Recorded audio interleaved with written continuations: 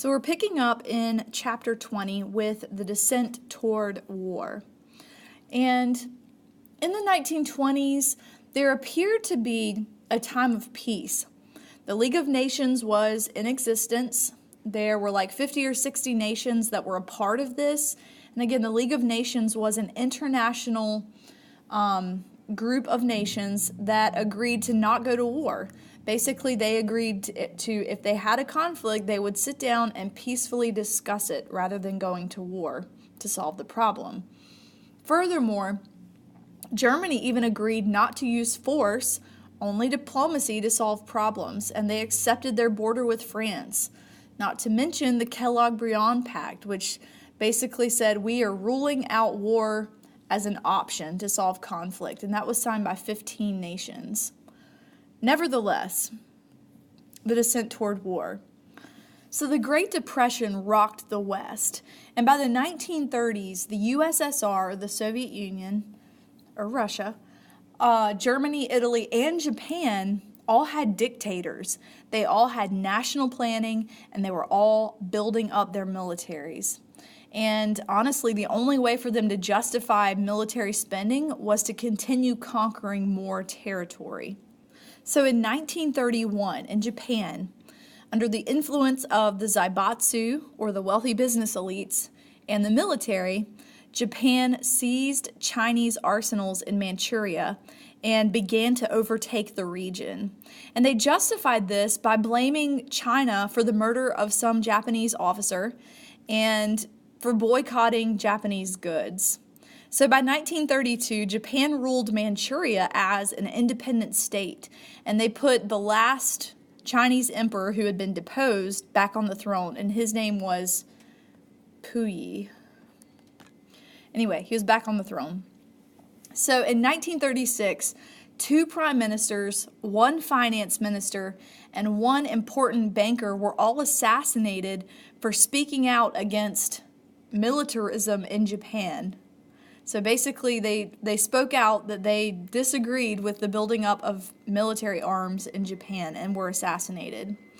In 1935, Italy invaded Ethiopia, and of course the League of Nations reprimanded them, but again, the League of Nations had no real backing or an army or anything, so they couldn't enforce anything. They just reprimanded Italy.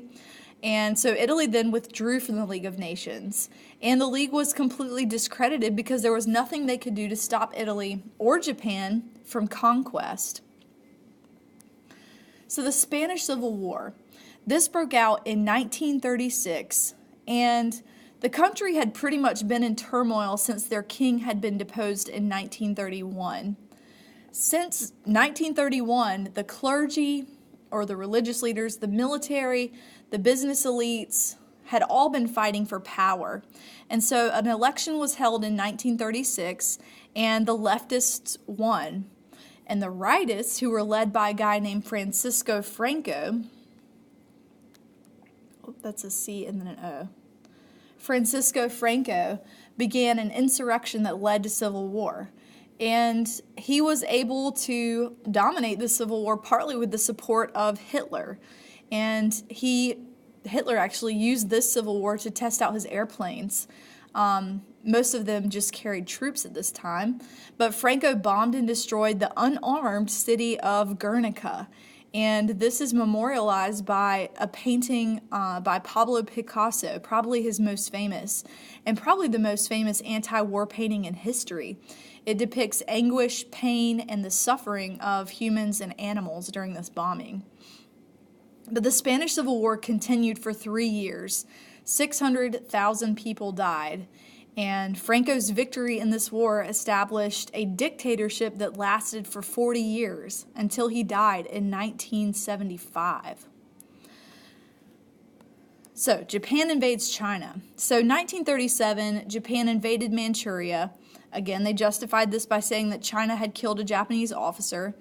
But this was another instance where the League of Nations reprimanded a nation for being militaristic, but could do nothing to stop them. So, again, the League was discredited, and the Japanese called this the, quote, Pacific War. So Hitler's early conquests, and this is going to be a lot of dates, so hang on. In 1933, Hitler took Germany out of the League of Nations. And this should have symbolized to everyone what Hitler was about to do. 1934, Nazis in Austria assassinated the prime minister and demanded union with Germany.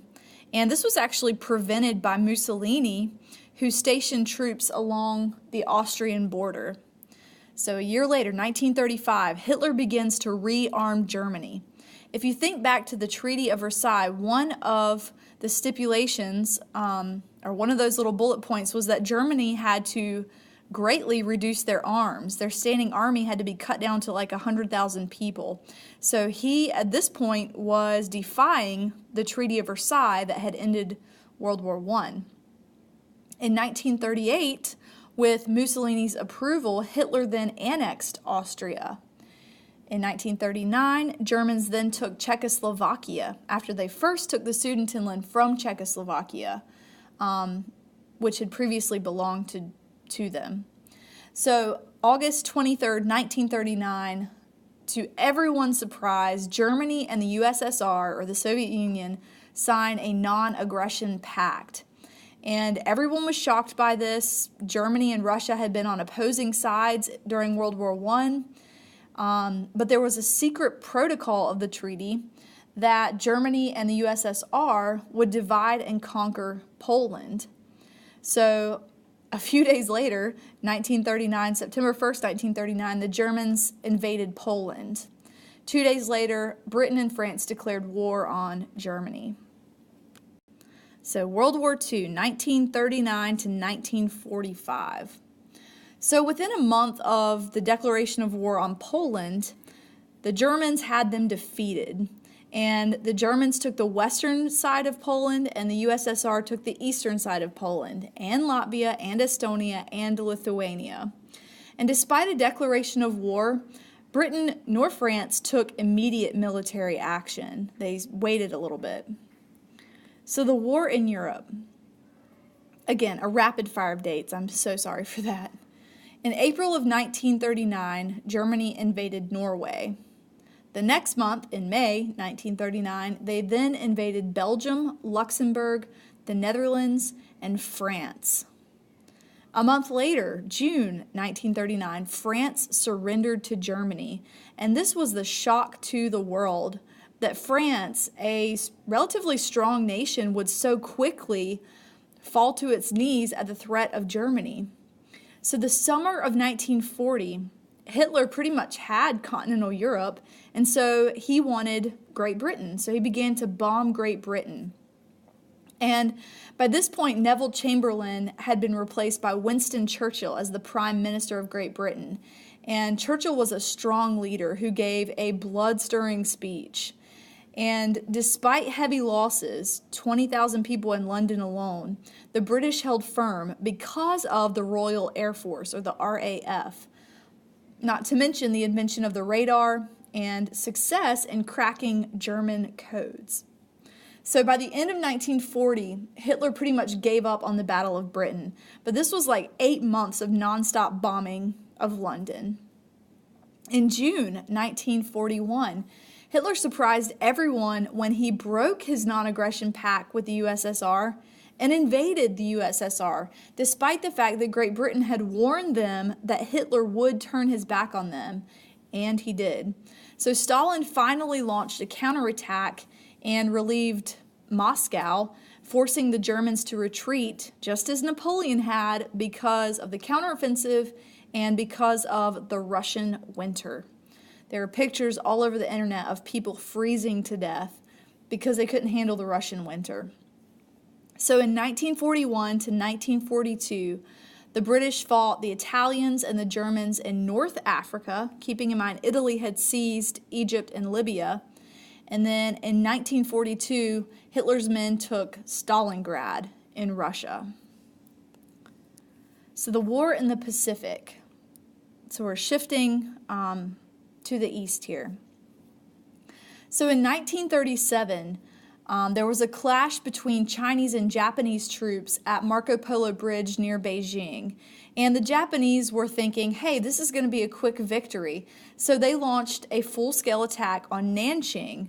And the atrocities committed were horrible. They murdered, they raped, they pillaged. It was so bad that it was known as the Rape of Nanjing. And the war with China pretty much became a stalemate as they practiced the scorched earth policy. And the scorched earth policy is you just retreat, constantly retreat from the enemy, and you burn the fields as you go so they can't use your resources. And China's sheer persistence would finally wear them out by 1945. So September 1940, Japan signed the Tripartite Pact with Germany and Italy. And then they signed a non-aggression pact with the USSR against Hitler's wishes. And then they invaded French Indochina, which caused a collision with the U.S., mainly because of the U.S.'s economic interests there. So the U.S. froze their assets as a result, Japanese assets, that is, which angered them. So December 7th, 1941, of course, Japan retaliates and they bombed Pearl Harbor. This severely crippled the American sea power in the Pacific. 2 million people were killed, 1 million were wounded, and they destroyed 180 planes and several ships in the process. The very next day, December 8th, 1941, the United States declared war on Japan. As a result, a few days later, the Axis powers declared war on the United States. And Japanese leaders wanted to quickly defeat the U.S., so they began attacking several other Pacific islands. They almost made it to Australia in the conquests called Greater East Asia Co-Prosperity Sphere. But basically, the Japanese wanted to build an empire where they could use their colonies for raw materials. And they weren't really successful because of the nationalist movements within the colonies and because of their brutal treatment of women, who were pretty much forced to be sex slaves for the Japanese soldiers. So turning the tide. In the Battle of the Atlantic, the United States and British navies were able to protect shipping routes from German U-boats. And then by May of 1943, North Africa was recaptured from Germany and Italy. And Americans didn't really help the Soviets against Germans right away, but they did send food and supplies under the Lend-Lease program. Basically, we'll give you supplies and you don't have to pay us now, just pay us later. So in the spring of 1943, the Brits and the Americans began to bomb German cities. And in September of 1943, the Allies invaded Sicily in order to attack Italy. Finally, in April 1945, this is a major Allied victory, Italy was liberated and Mussolini was executed by hanging. June 6th, 1944, this was the largest military operation in history as the Allies invaded the beach of Normandy, and France finally broke through the German lines. So the Allies marched to Germany from the west, and the USSR attacked from the east until Germany was forced to surrender. And fighting continued for 3 more months in the Pacific until the atomic bombs were dropped on Hiroshima and Nagasaki, Japan, because they simply would not give up in this war. So war in the Pacific. So June 1942, despite the early failures in the Pacific, the Americans did win the Battle of Midway, and this was their first victory there. And they basically took out 4 Japanese aircraft carriers. And from there, the United States began island hopping, basically recapturing islands from the Japanese, New Guinea, the Philippines, etc.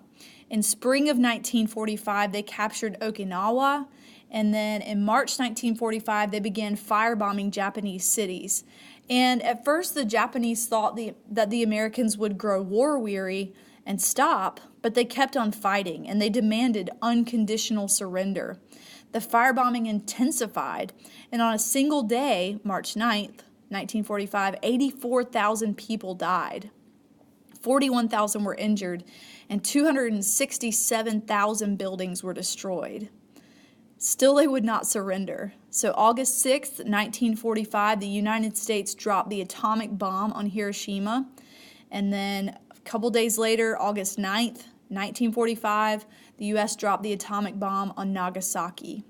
And then August 15th, 1945, Japan finally offered its unconditional surrender.